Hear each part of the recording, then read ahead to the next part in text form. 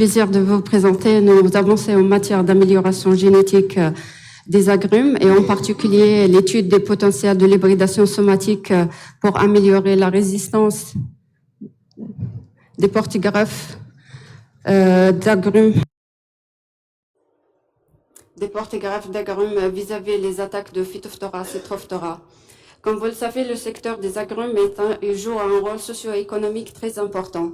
Donc, le Maroc accorde une superficie d'environ 92 hectares à la culture des agrumes, une superficie importante qui reflète l'intérêt accordé à cette filière. La production estimée durant la campagne 2023-2024 a été de 2,14 millions de tonnes. Ce volume est dédié non seulement à la consommation locale, mais également à l'exportation, ce qui engendre une source de devises allant de 3 à 6 milliards par an. Ce secteur est aussi un pourvoyeur d'emplois qui assure à peu près de 32 millions de journées de travail et un rendement moyen des plantations varie entre 16 et 22 tonnes par hectare. Un rendement faible en comparaison avec les autres pays producteurs d'agrumes. Et ceci est lié à certaines contraintes à la culture des agrumes qu'on peut classer en 3 catégories. Les contraintes biotiques referment la salinité des sols et les eaux d'irrigation. Aussi les sols calcaires. Des contraintes biotiques referment toutes les maladies dues à virus, maladies cryptogamiques, bactériennes, les ravageurs et aussi le problème du vieillissement des vergers. Et enfin, les contraintes liées au changement climatique, surtout la pluviométrie irrégulière et déficitaire et la fluctuation de température extrême. Donc, pour faire face à ces contraintes, le choix du matériel végétal est crucial pour assurer une meilleure productivité et une compétitivité. Donc, l'utilisation d'un bon porte-greffe assure donc certains avantages tels que la réduction de la phase juvénile, optimisation génétique par la combinaison des meilleurs traits du porte-greffe et de la variété, l'authenticité des plantations, la résistance, une meilleure résistance aux contraintes biotiques et abiotiques et une meilleure adaptation aux conditions pédoclimatiques. Malheureusement, aucun porte-greffe ne referme en lui seul tous les critères souhaités. Donc, c'est pour ça qu'on est obligé à créer de nouveaux hybrides, mieux adaptés à la culture des agrumes. Donc, on a 2 voies d'amélioration, les méthodes conventionnelles et surtout l'hybridation dirigée. Bien sûr, elle est efficace, mais malheureusement, elle présente certaines limites telles que la polyembryonie, l'incompatibilité sexuelle et la forte hétérozygotie. En revanche, l'utilisation des outils de la biotechnologie et surtout par l'hybridation somatique permet de surmonter tous les problèmes rencontrés par la reproduction sexuelle et donc dépasser les barrières sexuelles et créer de nouvelles combinaisons génétiques. Donc, notre objectif était de créer de nouveaux porte-greffes hybrides par l'hybridation somatique et l'évaluation de la résistance de ces hybrides aux attaques au stress induit par Phytophthora, Citropthora. Donc, pour atteindre notre objectif, on était obligé à commencer par des tests de screening pour sélectionner les parents qui ont certaines tolérances à la tristessa, la salinité et au Phytophthora. Et en parallèle, on a cherché des conditions fiables pour l'induction des cales friables, embryogènes, car c'est une étape déterminante pour la réussite de l'hybridation somatique. Donc, la méthodologie suivie pour la création des porte-greffes hybrides est de commencer l'extraction des protoplastes à partir d'un parent qui montre une tolérance à la tristessa et Phytophthora et le faire fusionner avec un autre parent qui montre des tolérances à la salinité. Le produit de la fusion sera soit des allotétraploïdes, autotétraploïdes, mais non, on se focalise surtout sur les hybrides où on trouvera donc le noyau d'un parent A avec les mitochondries d'un parent B et les chloroplastes de l'un des deux, ou bien inversement. Donc, la technique de l'hybridation somatique est une technique très délicate. Elle nécessite plusieurs étapes et du coup, on commence par l'isolement des protoplastes à partir des cales et des feuilles. Généralement, on réalise des combinaisons entre cales-feuilles ou bien cales-cales. Donc, après, par l'utilisation des enzymes de digestion, donc on arrive à libérer des protoplastes après à peu près 15 heures. Donc, l'étape qui suit, c'est la purification et pour sélectionner que les protoplastes viables et le lavage pour éliminer les charges électriques autour des protoplastes. Après, on passe à la fusion des protoplastes. La fusion, on commence donc après l'ajustement de la densité. Donc, généralement, on utilise 500 000 protoplastes par ml pour les cales et 600 000 protoplastes pour les feuilles. Donc, on le met dans une boîte et on applique un courant électrique à l'aide de... Non. Ça. Donc, là, j'ai un électrode et ça, c'est un électrofusionneur. Et là, on voit l'alignement des protoplastes. Donc, on applique un courant électrique au début pour permettre l'alignement des protoplastes.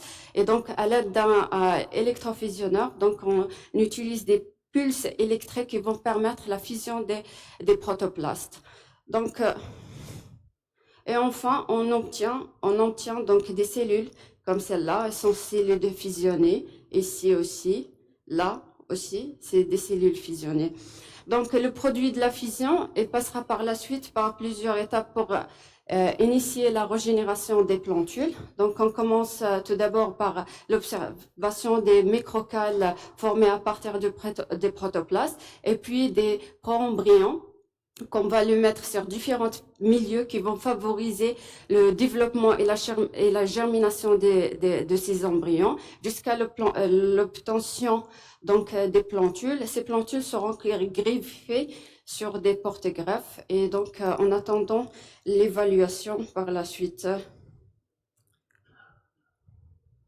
Donc les plantes donc issues de l'hybridation, donc les plantes régénérées, seront évalué par un cytomètre en flux pour déterminer le niveau de fluidité. Donc, les résultats obtenus, donc la technique de cytométrie est très simple. On utilise un témoin avec un niveau de fluidité connu, avec l'échantillon en même temps, et là, on observe. Et donc là, on voit, donc ça correspond à le pic de notre échantillon hybride.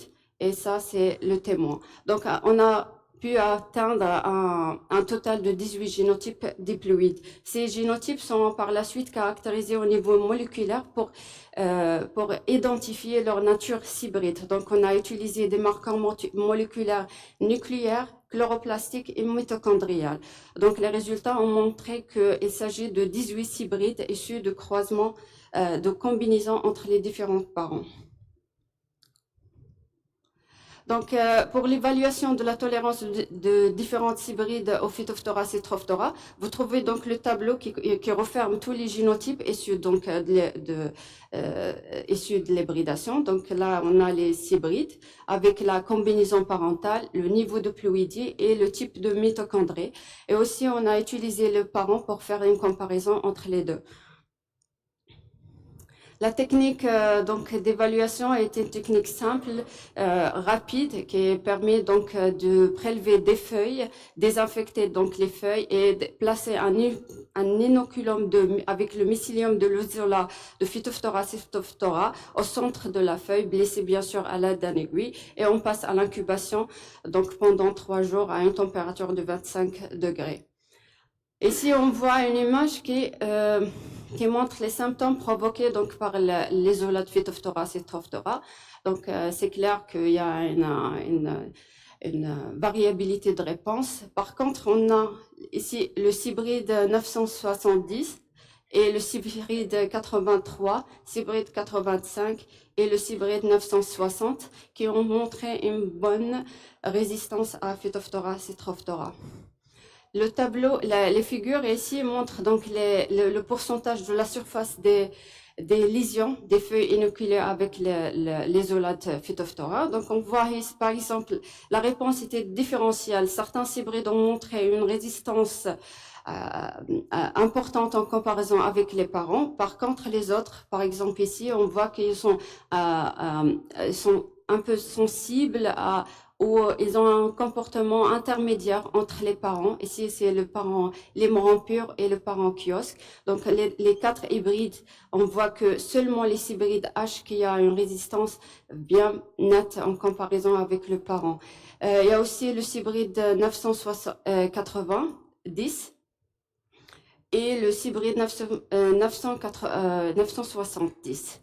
Par contre, la combinaison de Vulca et Kiosque a donné des hybrides qui sont quand même sensibles en comparaison avec le comportement des 2 parents.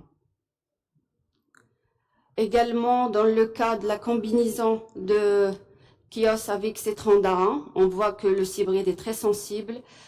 Et aussi par rapport à la combinaison de Valencia et Macro, on voit vraiment que tous les hybrides sont vraiment sensibles en comparaison avec Macrophylla.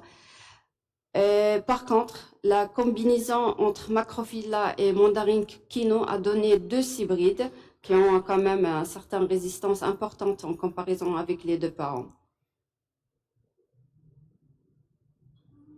Donc, pour terminer, l'utilisation de la technique de la fusion de protoplastes et des marqueurs moléculaires nous a permis d'obtenir donc de 18 hybrides déployés de porte-greffes. L'inoculation des feuilles détachées apparaît comme un test rapide, reproductible et non destructif pour la plante, permettant de mettre en évidence les différences de sensibilité parmi les différents hybrides évalués. Et enfin, les hybrides 960 donc combinaison Kios Citron Carrizo, hybride 985-983, combinaison entre Kino et Macrophylla, le hybride H Kios avec lémorant pur et hybride 970 Kios avec Citrimilo 4475 ont suscité un grand intérêt autant que porte-greffe issu de l'hybridation somatique. Et merci pour votre attention.